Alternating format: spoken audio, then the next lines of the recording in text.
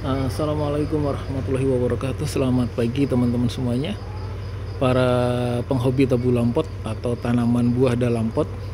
Kembali dari belahan bumi Kabupaten Bekasi teman-teman ya, kami menyapa Kebun Zuhdan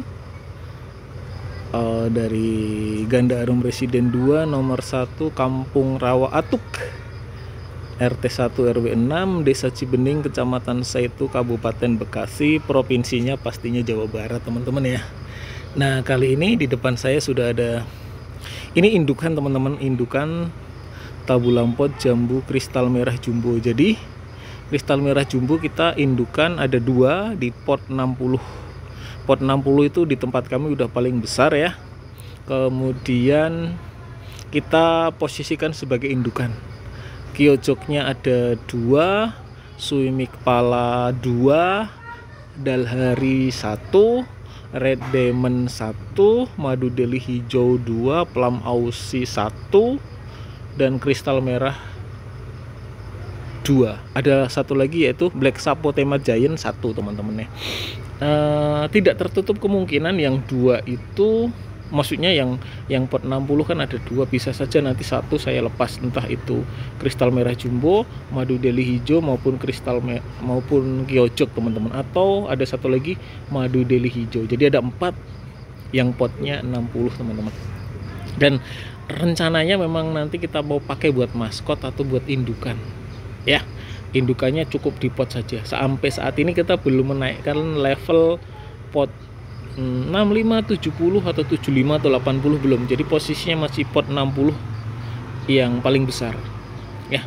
Oke teman-teman, nah, kalau di pot 50 ada yang mungkin tidak kita lepas, ada juga yang kita lepas. Tapi poinnya semakin dia bagus, nanti pas prospek untuk kita naikkan levelnya atau kita naikkan ke pot 60 itu besar. Oke ya, seperti itu teman-teman ya. Jadi awalnya sebenarnya ini kecil teman-teman ya. Kecil iya, seberapa sih? Tapi cepat sekali pertumbuhannya ketika kita naikkan levelnya ke pot yang lebih besar. Dengan pot yang lebih besar tentunya media tanamnya juga jauh lebih besar. Kemudian perawatannya juga kita optimalkan ya. Pemberian pupuk, perawatannya, kemudian konsumsi air yang memang wajib setiap hari ya.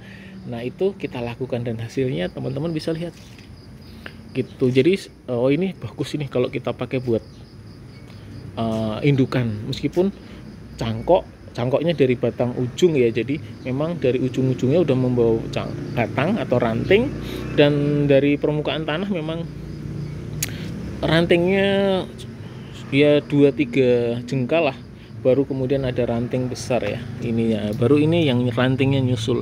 Nah harapannya nanti ke depan akan muncul lagi ranting-ranting baru. Jadi saya termasuk tipikal yang kalau bisa dari permukaan tanah atau permukaan pot itu tidak terlalu jauh gitu. Nah ini salah satu kekurangannya, tapi kita udah mulai bisa ya mengeluarkan tunas-tunas baru. Nah ini bagaimanapun akan terus saya pertahankan, dan kalau bisa akan muncul lagi misalkan 4 atau 6 tunas baru lagi di area bawah. Nah gitu teman-teman. Nah strategi saya selain itu adalah pokoknya setiap ada pucuk ranting di arah vertikal itu selalu saya potek. Pucuk ranting di area vertikal itu pasti saya potek teman-teman. Itu strategi saya dalam mengatur ketinggian, tanda kutip mencegah ketinggian, agar pertumbuhannya itu tidak hanya vertikal tapi juga sedikit ke samping, tapi juga agar batang bawah memunculkan tunas baru, atau membesarkan batang bawah, atau membesarkan batang utama, atau membesarkan ranting-ranting. Nah itu konsep tabu lampot yang saya mau bangun seperti itu teman-teman. Nah kemudian sudah 3 kali berbuah, dan kita akan review saat ini kondisinya seperti apa teman-teman ya. Ini buahnya udah sebola pingpong. Jadi kemarin waktu seklereng sudah kita bungkus. Ada 3 buah yang seangkatan ya teman-teman ya, sebola pingpong kita bungkus juga. Ini agak rawan ya karena memang di ujung ranting. Kalau ini kan tengah-tengah ranting lah, rada aman sih ini, dan potensinya jauh lebih besar dan tidak merepotkan saya. Kalau ini nanti agak merepotkan saya teman-teman karena di ujung ranting. Jadi potensinya untuk besar cukup berat, potensi untuk patah juga lumayan besar. Nah kemudian di sudut yang lain ini sudah kita bungkus juga teman-teman ya. Ini di ujung juga, jadi agak rawan untuk patah, dan biasanya kalau di ujung ranting itu tidak terlalu besar. Seperti itu teman-teman. Nah kemudian kemarin muncul lagi 2 yang sudah sekelereng, akhirnya kita bungkus untuk menjaga tetap bersih, terhindar dari lalat, kuman, virus-virus yang lainnya, dan menjaga kebersihannya, kemudian membantu proses pembesaran. Jadi kalau kita bungkus itu memang bersih, besar, itu sangat membantu teman-teman ya. Kemudian muncul lagi fase ketiganya. Nah ini belum tentu berhasil ya, karena 2 sudah rontok tuh. Nah biasanya kalau seperti ini nanti tetap yang kita pertahankan hanya 1 teman-teman. Yang kita pertahankan hanya 1. Dan area sini semua ya, ini agak rumit sih memang kalau dalam buah itu dalam satu area. Tapi ini untuk calon buahnya, untuk calon bunganya juga ada di ngumpul di satu area. Tuh kelihatan ya teman-teman. Jadi memang HP saya tidak terlalu bagus ya. Jadi mohon maaf kalau kualitas gambarnya ya agak buram dikit lah. Gitu teman-teman. Nah kemudian kita lihat di sudut yang lain. Ini sudah kita potek-potek teman-teman. Apalagi ini bagian ujung, jadi memang dalam tanda kutip kita cegah.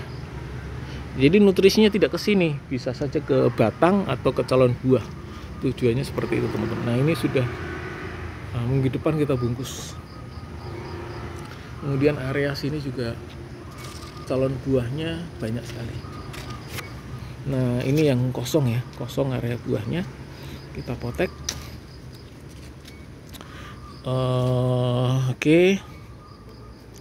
Ini di sini juga kosong ya, tunas baru, jadi vegetatif. Di sini ada tuh calon-calon buahnya ya. Ini yang bunga tadi, ini yang bunga yang udah lumayan tadi, buah yang udah lumayan tadi.